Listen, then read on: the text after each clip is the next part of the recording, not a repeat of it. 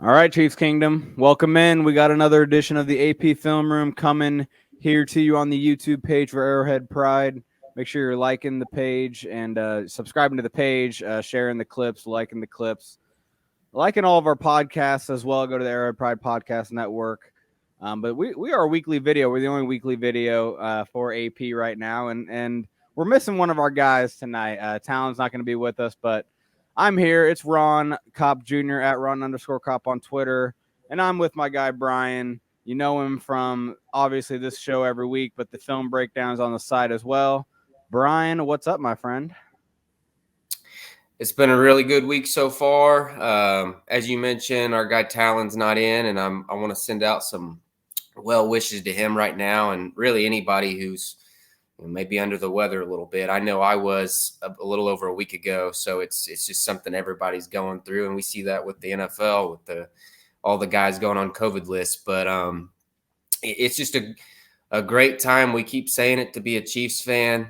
I was texting during the game the other day with my dad, and he said something that I wasn't really thinking about at the time until he did, and that was, I think this is the best team that we've seen in the Mahomes era, the way they're playing, at least right now.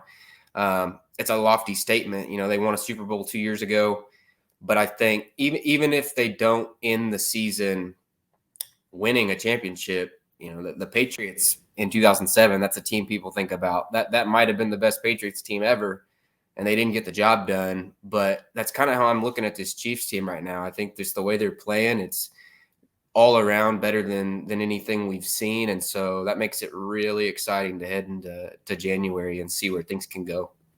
Yeah, I know. I feel like before the season, we were kind of talking about how the defense could be the best of the Spagnuolo era and the Mahomes era, obviously. But yeah, the whole team itself, I think you're right. I think it is the best team. Just it's more well rounded. I know one part about it. There's this problem with the second receiver, and I think we might talk about that a little bit later in this show. Missing Sammy Watkins, I think, is going to be huge in the playoff stretch, and that could be, a difference between a Super Bowl and going home early. But we will get more into the big picture stuff as we go. Right now, we just want to break down what happened in the Pittsburgh game, the 30-16 win, or 36-10, excuse me, getting my numbers mixed up. 36-10 win. Chiefs handle the Pittsburgh Steelers, clinch the AFC West, and now they're only one win away from clinching the 1 seed, which is pretty ridiculous. But in this game specifically, we're going to start defense, and that's what Bryan broke down for us this week. We'll have an article coming out on the site sooner than later. And the first play we're going to break down tonight is the interception from early in the game. Flea flicker, Big Ben trying to make something happen, and Charvarius Ward nabbed this interception. What are you seeing from this play here, Bryan? The lone interception of the game for either team. So I want to preface it by saying, think back to a couple years ago in the playoff game against the Texans, and it was a play kind of like this where the offense, they're presenting some eye candy. They're trying to fool the secondary a little bit with, in this case, the flea flicker, and suck those coverage players up so they can sneak a receiver by, right? And in that playoff game against Houston, Charvarius Ward, he bit up on a bubble screen pass that Deshaun Watson had faked out, and they snuck Kenny Stills up the sideline for a touchdown that jumped them out to a lead. So that's what Pittsburgh tries to do here, just in a different type of setup, a different kind of play. But coverage-wise, with the formation Pittsburgh has, they have a bunch set of receivers close to the line of scrimmage, the end of the line of scrimmage there. I think they probably knew kind of what they were going to get out of Kansas City as far as Ward and Matthew playing off and deep. It's something where they probably could predict just based on film study. Okay, this is what it's going to look like.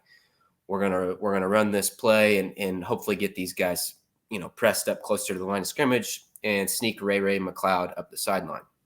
But a couple things that maybe people wouldn't have noticed on the live game action. We've talked about this on this show before, but down there in the slot, okay, L'Jarius Sneed and his physicality once again makes a huge difference from the get-go. That ball snapped, and he gets two hands on McLeod. And you think about it, that slows him down for maybe a second, a split second.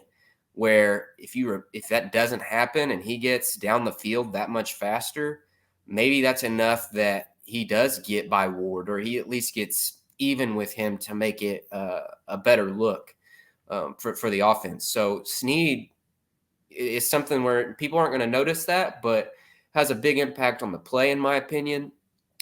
Clark, top of the screen going against the left tackle, does a really good job generating pressure, which is not easy against a flea flicker, because you're thinking, okay, we're getting a run play. So, he kind of stops his feet or at least isn't rushing upfield. But then he does a really great job converting to a pass rush, and he's getting pressure in Ben's face to force the throw maybe just a little quicker than he wanted to. And then lastly, I will touch on Ward, Matthew. Neither one of them, they don't take the bait here. And Ward just technically does some really great things as far as that little speed turn that he does. Okay, turning his back to the quarterback, but it's what he's supposed to do, just given the way that the receiver is running towards the sideline. He does it exactly like you're supposed to. His body is in the ideal spot behind the receiver, so there's no way that he's going to get it over his head. And then he finishes high point in the football. And some people have talked about how he almost takes that one hand and pulls it back. I don't know, was it necessary, was it not necessary? But it was really darn impressive, because I just can't believe you even hold on to the football going down like that. So just one more feather in his cap as he approaches an offseason where he's at this pace going to get a really nice contract, probably from a team other than Kansas City, unfortunately. But good on him, and hopefully we see more of that. Yeah, it's funny you mentioned the catch part. Yeah, I don't know if it was necessary. I think what he's thinking is he wants to get the ball away from McLeod's hands to rip it out of him. But yeah, you can see it almost looks like it could come out on the ground there. But yeah, to go back to the wider angle, I think the Chiefs get helped a lot here by Big Ben. Just not being able to get a lot of oomph on the ball, kind of putting the ball out and away from the sideline instead of towards the sideline. I think, and I'm curious, you real quick, Bryan, your opinion on Charvarius Ward, that speed turn you talk about. He can do that pretty softly or pretty kind of nonchalantly, because maybe he knows, because it's Big Ben at quarterback, right? Maybe if that's a guy with a rocket of an arm that could maybe hit that back shoulder quicker and kind of beat Ward to that spot. Maybe he has to be more alert and be more rushed with his turn. But do you think the fact that he kind of, that it's Ben Roethlisberger kind of made him maybe a little more nonchalant with all right, I can just take my time, turn around here and get in position again? It definitely creates more room for error on Ward's part. And Ben even kind of said, I believe, on the sideline, they said during the game that the ball sailed on him a little bit. It was really windy. Yeah, that's true. That's true. But yeah, it's a question we'll probably have answered at some point, because if they run into, say, Buffalo, which I think is kind of the hot pick for the AFC title game right now, that's a throw that Josh Allen, I could honestly see Josh Allen doing this too, but Josh Allen's capable of peppering that thing on the back shoulder, and so that'll be, and then that's just the nature of playing a better quarterback, I guess. Right. When teams play the Chiefs, there are things Mahomes is going to do or can do that most guys can't, and so I guess you do the best you can. But for the picture that's presented, I would say that Ward handles this about as well as you can, because again, with that speed turn, he pretty much eliminates any threat of this thing going for, say, a touchdown. But if it is completed, that's a negative play, but it wasn't, and so I guess we'll just see how that plays out when they do play a better quarterbacks. Yeah, I think Big Ben has been has done better this year maybe than a lot of people give him credit for, but I think I think the Chiefs game showed a lot of why it's probably time for him to hang it up. But here's another play, another Big Ben pass attempt. This one actually gets completed. What are we looking at here from the Chiefs defense? The main reason I'm showing this play is to kind of put a picture in mind to what I mean. And it's also going to be in the article that comes out soon. But how when the Chiefs are giving up these big plays, 20-plus yard type plays, they are making it hard on the other team. Like nothing's cheap. And they'll be really put to the test Sunday against Cincinnati, who, one of the 5 most explosive offenses in the league right now, and probably the first or second best trio of wide receivers in the league right now. But anyway, so it demonstrates that when they do give up some plays like this, it's still not easy. That being said, and you think about the first drive of the game, the other play that was kind of an explosive pass play. That was a really great catch that Deontay Johnson made over Ward's coverage. But the Chiefs, they're running pre-snap. They're showing a too high match zone type coverage that they love to go to, especially when they have these leads, because they can let Matthew lurk there in the center. He's playing kind of that robber role where he can really just be instinctive and try to make plays on the football, but he really doesn't come into the equation on this play as we see. So Ward at the bottom of the screen, he's going to end up sticking on that outside receiver just based on how these route stems play out. And Snead, he's going to run with Claypool for a little bit, but he can't just commit, and he doesn't need to fully commit because he has Thornhill behind him to help over top. Snead has to be ready for, say, the running back leaking out into the flat or something of that nature. He would need to come up and take care of that. So you've got that small window there that Roethlisberger, honestly, and you're totally on point as far as, these next couple weeks is probably it for him, and rightfully so. But here, I think he does make a really accurate throw. Yeah. He hits it, and, there's just not a lot of room for error there. You've got to get that ball over Snead, but you can't, if you throw it just a little bit further than Thornhill probably is, at least knocking it down, maybe catching it. I would argue that Thornhill could have definitely done a better job here. And I think he had a solid game, especially as I reviewed him in his pursuit. He was all over the field. He was really throwing his body around. But on this play, I'd like to see him more aggressive to the football. Just do something to disrupt the catch. He kind of jumps, but he doesn't really have any sort of action behind the jump to not prevent this catch from happening. So you tip your cap a little bit to Ben and Claypool for the concentration, but at the same time, I'm looking at this play like, okay, this is the worst play you gave up, and it could have very easily not even happened. So if they can keep on making things tough like this on offenses, then they should be in good shape. Yeah, I think you're totally right on Thornhill. I think he actually reads it well, doesn't react too quick or anything, because I do think he needs to stay over the top, of the outside receiver over Ward as well, in case, there's a throw that way. But I think with Big Ben, that throw is probably not getting made, at least too deep downfield. So I think he reacts in time and everything. But yeah, just he kind of jumps and then like hangs in the air and waits for the ball to get to him, instead of powering through, jump through that ball and jump through and kind of. Because even at that catch point, even if you make contact with Claypool, that's fine, right? The ball is there. You can hit him now. I mean, you don't have to kind of be soft at the catch point. I know you don't want to hit him, and just tackle him right before the ball gets there. But, yeah, I think he could have done a better job of attacking. But I think you're 100% right on giving credit to Big Ben on this play. This is just hitting the hole, hitting exactly where the ball should be, and knowing you have a receiver in Chase Claypool that can make that kind of catch. I mean, that is a heck of a catch by Chase Claypool there, honestly. For sure. And we got one last play for the defense. Got Willie Gay having a coverage rep here. This was later in the game after the game was more decided. But what are we seeing from this third quarter play in the red zone, Brian?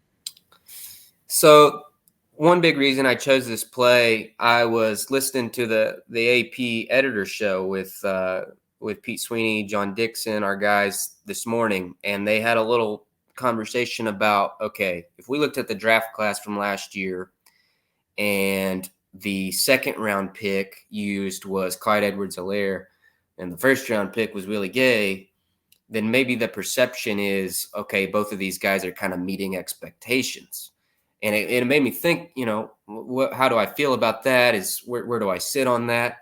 And what I came away with, especially reviewing this game and the defense, is I think Willie Gay, maybe it's a hot take, but I think what he brings to the defense is worthy of a late first round pick right now. And I'm not one of those people who kind of like discards linebackers maybe quite as much. I know some people in the Twitter sphere, they kind of feel like linebackers aren't as important or, something to that effect.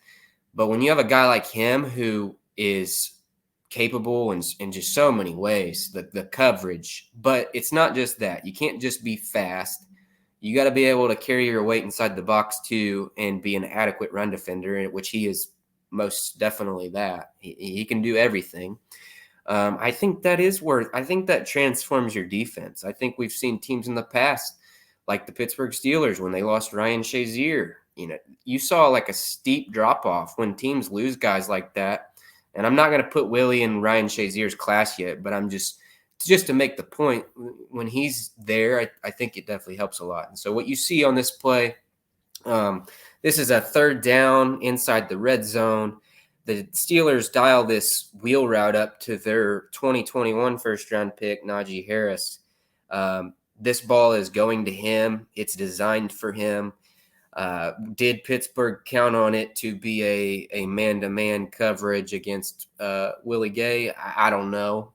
Running that kind of route tells me they probably did expect man, but when it's 50, that's not bad. You'll take your chances as far as when you're Kansas City there. And so technique-wise, I mentioned this on Twitter today, but the way that he's in attack mode, you can tell he's comfortable in these situations. He's coming downhill, but then he throttles just a little bit there just in case Najee cuts it inward towards the middle of the field. He kind of maintains that leverage to where he can handle whatever Najee decides to do. Once he commits out, then he collides that route just a little bit, not enough to draw a penalty, but enough to maybe slightly widen his path and make that window smaller for Roethlisberger to throw into. And the last thing, man, this was the scariest moment of the game, arguably, was when he kind of tweaks this knee here. He almost hyperextends it. This was scary. This is the kind of stuff the Chiefs we need to hope and pray that they can avoid, because it's like I said, you don't want to lose a guy like this. You need him out there. I think if he doesn't tweak his knee there, he probably finishes this play in perfect position and gets a hand up. Maybe I don't think he would have touched the ball, but it would have been textbook from start to finish if that doesn't happen. So, that's just one example of the kind of things he gives this team that I don't know any other linebacker, certainly in the roster, can do this, not consistently. No, not at all. No, Willie's been a godsend to the linebacker group. The theme of the linebackers in the Spagnuolo era, I feel like, have just been athleticism, sideline to sideline range, ability to cover running backs or tight ends, and Willie Gay can do all of those things, and that's exactly why he could be, he would be a worthwhile later first round pick, because I do think off-ball linebacker in the top 10 or 15 is a little high. A guy like Devin White is an exciting playmaker, but still maybe not worth that high of a pick, just because they can be liabilities and get picked on in certain situations. In pass coverage, a guy like Willie Gay is not like that, and he's pretty good at the run defense on the side as well. So I'd say Willie, if he was a later first round pick, I think he'd be definitely worthwhile. I mean, a guy like Patrick Queen in Baltimore is a later first round pick, and I would take Gay over him right now if I'm being honest. And they were in the same draft class, so Interesting to note that for sure, and I do think you have a great point on this. He does play this well. You keep inside leverage here, right? Because he could cut back. You don't want to pursue to the outside and then allow him that inside path, especially in man coverage, where if Najee does break it back inside, there's no one around to help Willie. Everyone else is covering their own guy. So great leverage in this situation, and then. Yeah, once he turns it upfield, you can contact him a little bit, still within 5 yards of the line of scrimmage. It allows you to kind of, catch back up and get in position. So, yeah, good play by Willie. He's been making plays all year, and it is good to see the second-year linebacker step up for sure. So that is the defense. Looking at the defensive side of the ball, they just keep balling out, man, but – it was the offense that kind of had a game more, unique to their standards, right? Lately, at least. It's more normal to the standards of their typical time, in the Mahomes era. But this season, it's these performances have been few and far between. But it was definitely a worthwhile performance. Patrick Mahomes, one of the best games of his year, and a lot of that had to do with pocket presence, like you'll see on this play. Guys like T.J. Watt and Highsmith. They were coming in and winning off the edge at times. I think the Chiefs really got lucky with his rib injury that he was dealing with. I think you could tell that was really hurting him, hampering him. But a guy like Highsmith was giving Orlando Brown trouble all game, and this is another example of it, just kind of beating him with speed around the edge. But Mahomes just made it not matter. And here it's a very subtle pocket movement. But yeah, he just steps up, keeps his eyes downfield. But here's where the topic of the play comes in. So Nicole Hardman, very hot topic in Kansas City all this year. It's his third year in the league. You're hoping for a step up. And these are the kind of plays that just, kind of show, what the issues can be with Nicole at times. Just in terms of not being able to play through contact because he's so small. And just kind of just the natural feel of route running at times.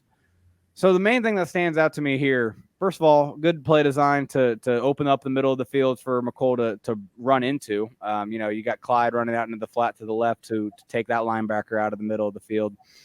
Clyde runs a little hesitation route to get 93 hesitant.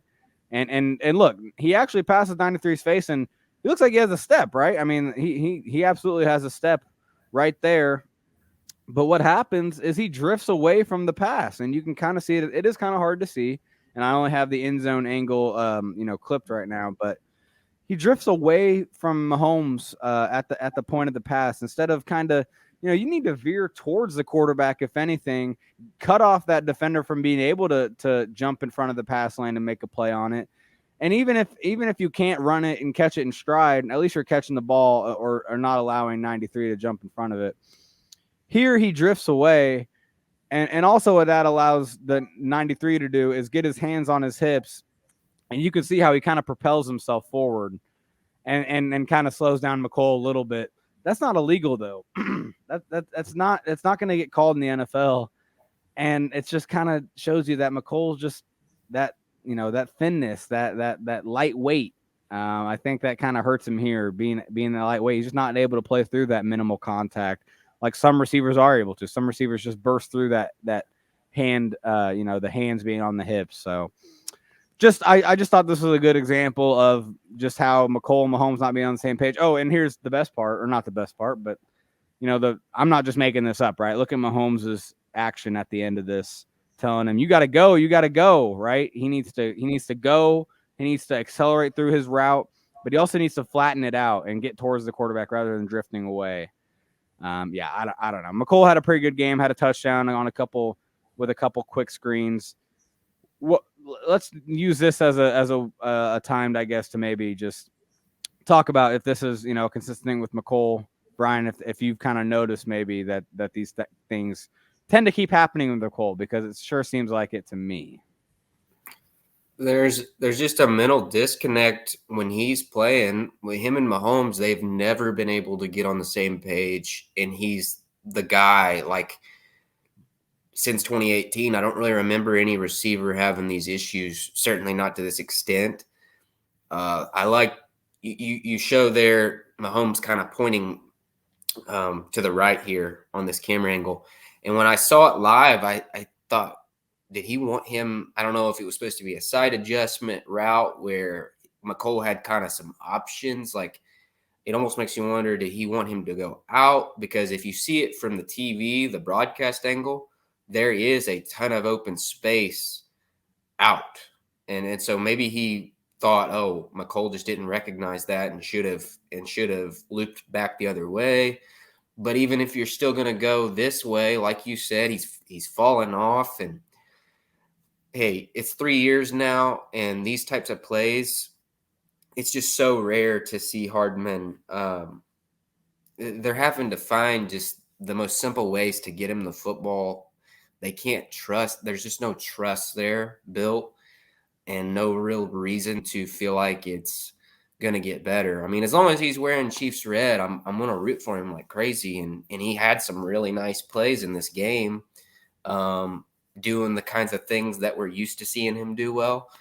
But I've just really, like, I don't have faith in things to expand beyond what they are now. I think he is what he is here, and no player really being out is going to change that. I just think it's the way he plays the game, and like I said, just the lack of a connection. Him and Mahomes do not have a connection in any sort of way, mentally, as plays go through. No, it really does seem like it. I mean, how many? And I feel like I've joked about this all, not joked, I guess, but just talked about it this whole season, off season, ever since AP gave me the platform on the Out of Structure podcast. But just how Mahomes and Nicole, it just seems like, how many times a year do we see, from the TV angles, Mahomes throws a ball to Nicole, it falls incomplete, and then they cut back to Mahomes, and he's pointing downfield and kind of yelling downfield. I mean, that tells you all you really need to know. It does not feel like that happens with any other receiver as much as it happens with Nicole. So, yeah, it's a good point. Here they actually connect, and this is actually more of a play to break down what Mahomes does, and it's just a special play, man. This is a 3rd and short in the first half. Chiefs need the conversion past midfield. It's another situation where Mahomes helps out his offensive tackles. I'll go to the end zone angle to kind of show you that. Again, Highsmith beats Brown. Highsmith was really getting under Brown, that outside edge, and was really winning up the arc.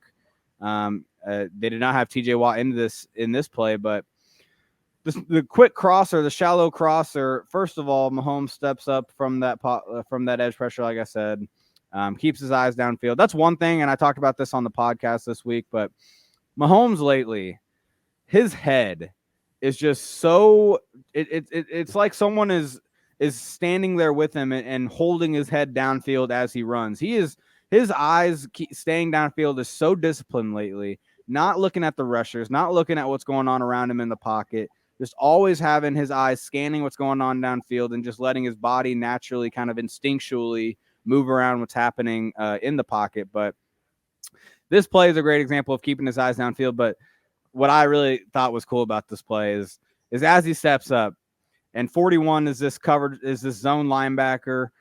He doesn't have to pick up McCole. He will, and he should, right? It's a drag, and he knows that it's a short conversion, and that could be a quick completion for the first down. But he's just in this short middle zone, and what Mahomes tries to do is, once he sees McCole coming on that crosser, his eyes peek a little too much at McCole, which probably is the reason why 41 goes with him so hard. But after he kind of peeks, watch his shoulders and his feet where they end up. What he's trying to do is get 41 to not follow McCole. He's trying to make 41 think there's something else on the other side of the route that 41 needs to stop for a second and let and kind of defend, allowing McCole to maybe get another step on him going through. Well, it doesn't work. 41 doesn't fall for it. He just commits to McCole and never stops. But as all that's happening in a split second, Mahomes does not need to reset his feet, does not need to reset his shoulders. He just flicks it out there anyway. Look where his shoulders are pointing. Look where his feet are pointing. He's acting. The body language would tell you, and his eyes a little bit until the very end would tell you that he's throwing to his left, not his right. And instead, he just flicks it out there and puts it perfectly in McCole's hands anyway. Like someone, hand delivered it into McCole's hands. The thing with this throw is it's very risky, right? If you're not Mahomes and this throw gets underthrown at all or is just, not thrown behind at all, 41's picking this, right? I mean, he jumps it perfectly. That's just what Mahomes does, man. This is why he's an amazing quarterback, why he's the best in the league. It's because these kind of plays he makes look so easy. People watching at home probably didn't even think twice about, oh, it's just a quick pass to McCole, first down, no big deal. We see that all the time. No, this is a special play. And it was just a great example of how comfortable Mahomes is in the pocket right now, along with how comfortable he is just maneuvering and throwing while off platform, like he always has been, Bryan.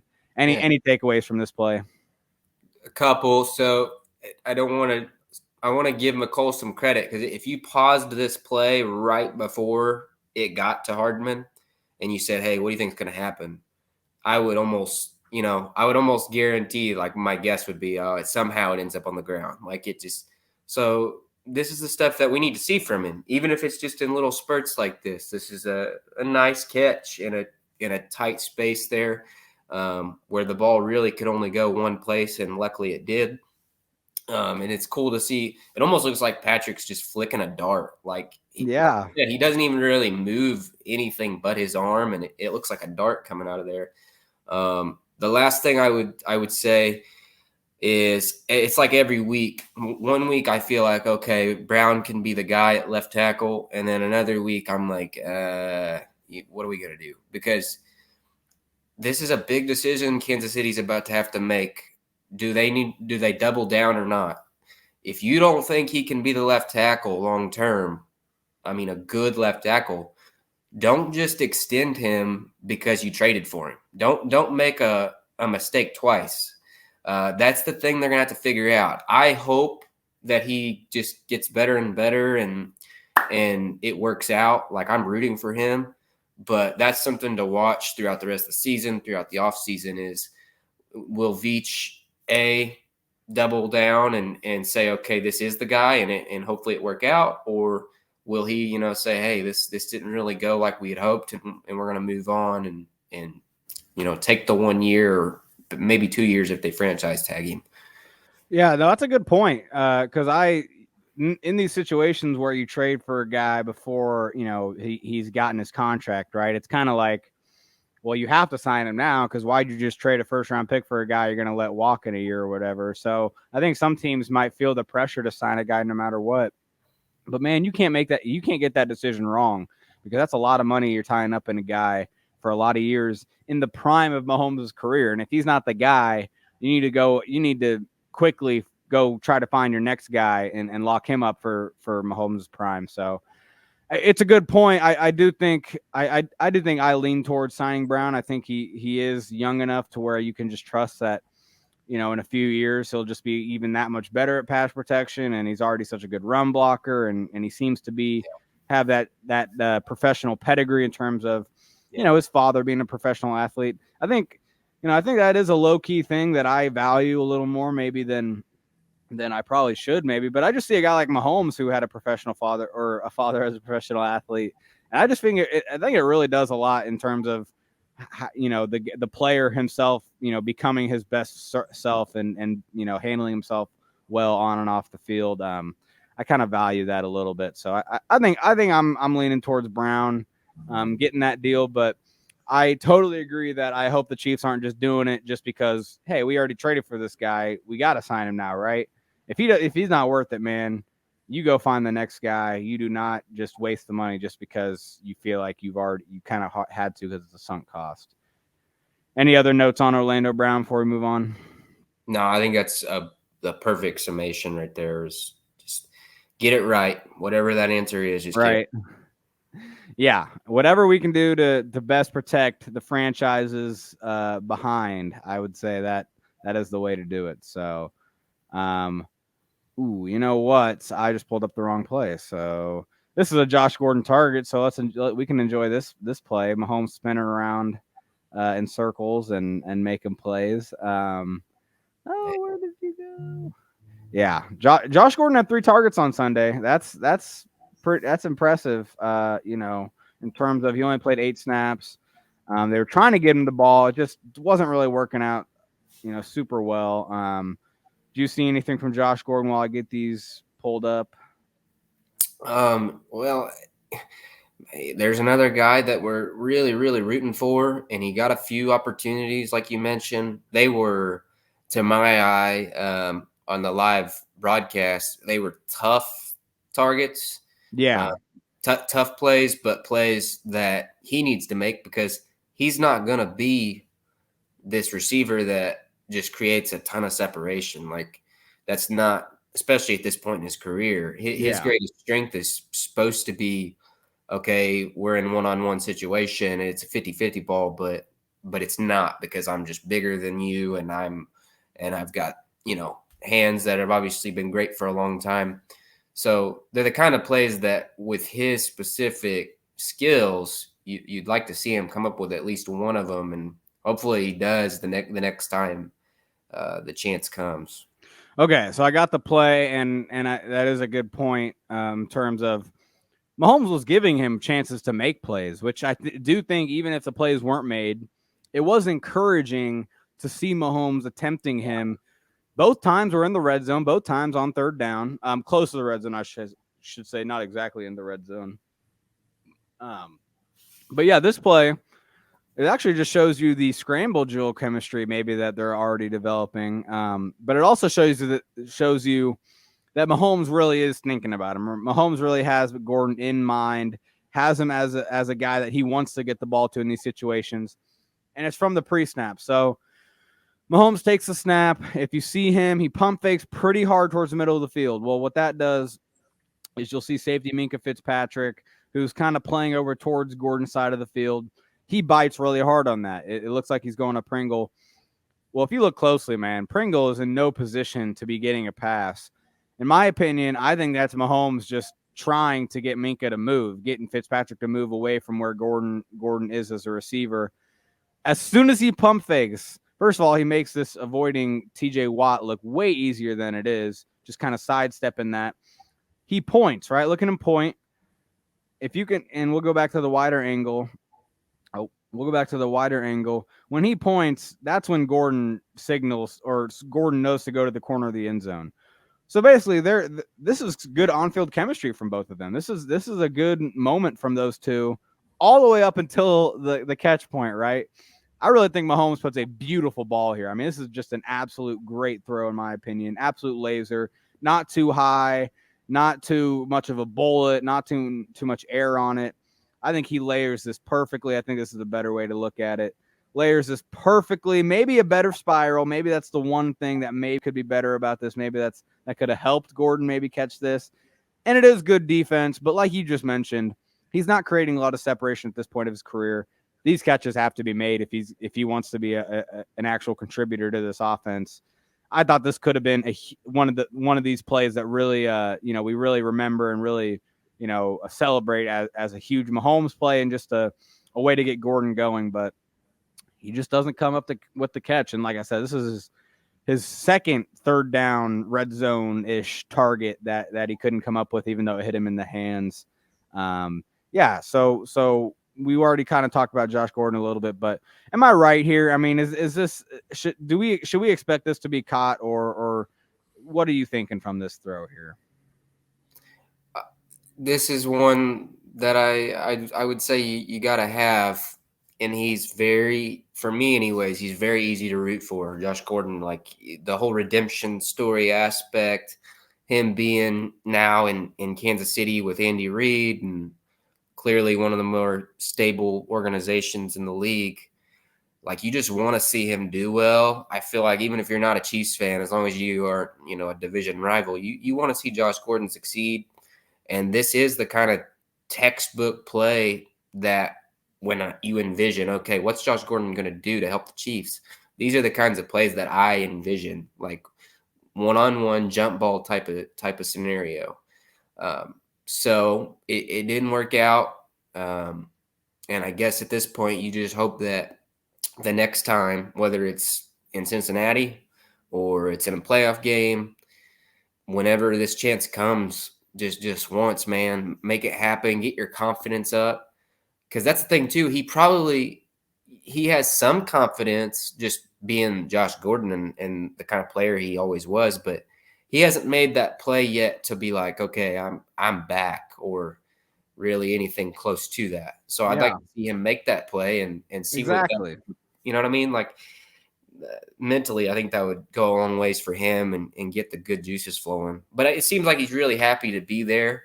And I think there's going to be another chance, and he just got to get it done the next time. Yeah, no, I totally agree. I think that play could have been the play that really helped him kind of get back to that. Yeah, I'm Josh Gordon. I can make these big plays and kind of get the entire offense around him a little more confident too in his abilities. Bonus play for you guys. This is the play I already had clipped a little bit. But this was the other Josh Gordon red zone-ish third down target from the end zone angle. Actually, let me do this. The end zone angle, you can see that he probably should catch this. But excuse me. Gordon drops making me cough. But so yeah, that there's not much else that needs to be said here. Just it is, like I said, it is good to see him that Mahomes is even going to him in these situations, kind of having the comfort, it looks like, especially on this last play that we broke down. The pointing out and then the kind of just the natural rhythm and flow of that play overall. It was good to see that Mahomes and Gordon appear to be kind of on that same page in those situations. So yeah, that is going to be it for today's AP Film Room. That's all we got for you guys, all the plays we have to break down. Before I let you send the listeners off, Bryan, just make sure you guys are following us on Twitter, Arrowhead Pride. Follow the website, arrowheadpride.com. Instagram, Facebook. Make sure you're listening to the Arrowhead Pride Podcast Network. Bryan shouted out the Editor Show. They do great stuff on Tuesdays. The Great British Chief Show in the middle of the week. Show and BK with Serta at the end of the week is one of my favorites. And then Out of Structure on Mondays as well with me and Stags. Gotta give us some love too after the game. Send us your Twitter questions every time. So appreciate you guys watching. Bryan, you got anything else to send the listeners off with? Not a lot. It's one of the more exciting times of the year for me. You know, you got the holidays and playoff football coming around. So if you're watching, stay safe, stay healthy, and hope you enjoy this and keep joining us as we get ready for this last home stretch. Yeah, hopefully we keep breaking down winning football. I'm not looking forward to. And hopefully we don't have a season-ending AP Film Room, breaking down a postseason loss. Knocking on wood, that's not going to happen. Thank you guys for watching. Thank you guys for listening. Reach out on Twitter. Reach out in the YouTube comments for anything you want to see, anything you feel the need to tell us. And we will catch you next time in 2022. Thanks.